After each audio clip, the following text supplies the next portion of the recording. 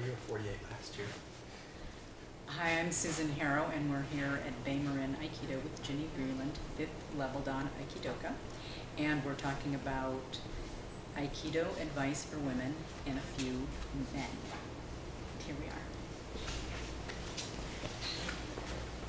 So looking at things from your uke's perspective is what we're kind of covering. Sort of blending idea that is covered in Aikido all the time. Physically, we're told to even look in the same direction as our uke sometimes in the middle of a technique, and that's so that you can join them in their perspective. So this kind of correlates with day-to-day work life, in that when there's conflict, and in Aikido you deal with conflict on the mat and a physical conflict on the mat, and you resolve it. So the best and actually the worst of you sometimes comes out on the mat, and it's a surprise sometimes when we deal with these things.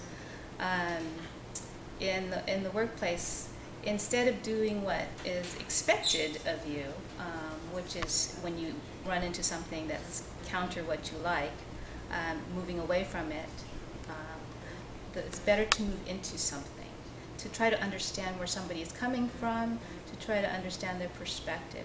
And you want to do this purely and wholly and honestly. You don't want to do it halfway, because the more pure your movements are in their direction, the more they'll understand that you really are honestly trying to figure out where they're coming from, so that you can see their perspective, and in turn they'll want to reciprocate and look at your perspective, and then hopefully come to a compromise.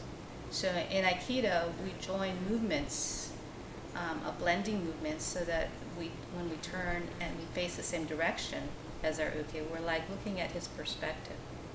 And this is a true blend. If we abbreviate our blend, then it's not really honest. It's not a real honest listening. So you really don't want to shortcut those physical movements in Aikido, just like you don't want to shortcut them when you're trying to give somebody your honest attention. And I think that in order for us to be given honest attention, you have to kind of suspend your agenda and your judgments about people.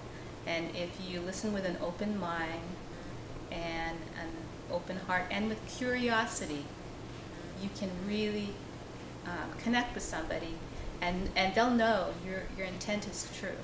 So the conflict will dissolve, and then they'll be open-minded to where your position comes from. In Aikido, we do the same thing physically. We blend, we face the same direction, and we gently take our uke where we need to be. It does not mean that your Budo has to be less martial. Compassion has nothing to do with that. You still can be as martial as you like. You're just controlling the situation in the utmost place. So I see this in the workplace, I see this on the mat. That's the same in my feeling. Thank you, Ginny.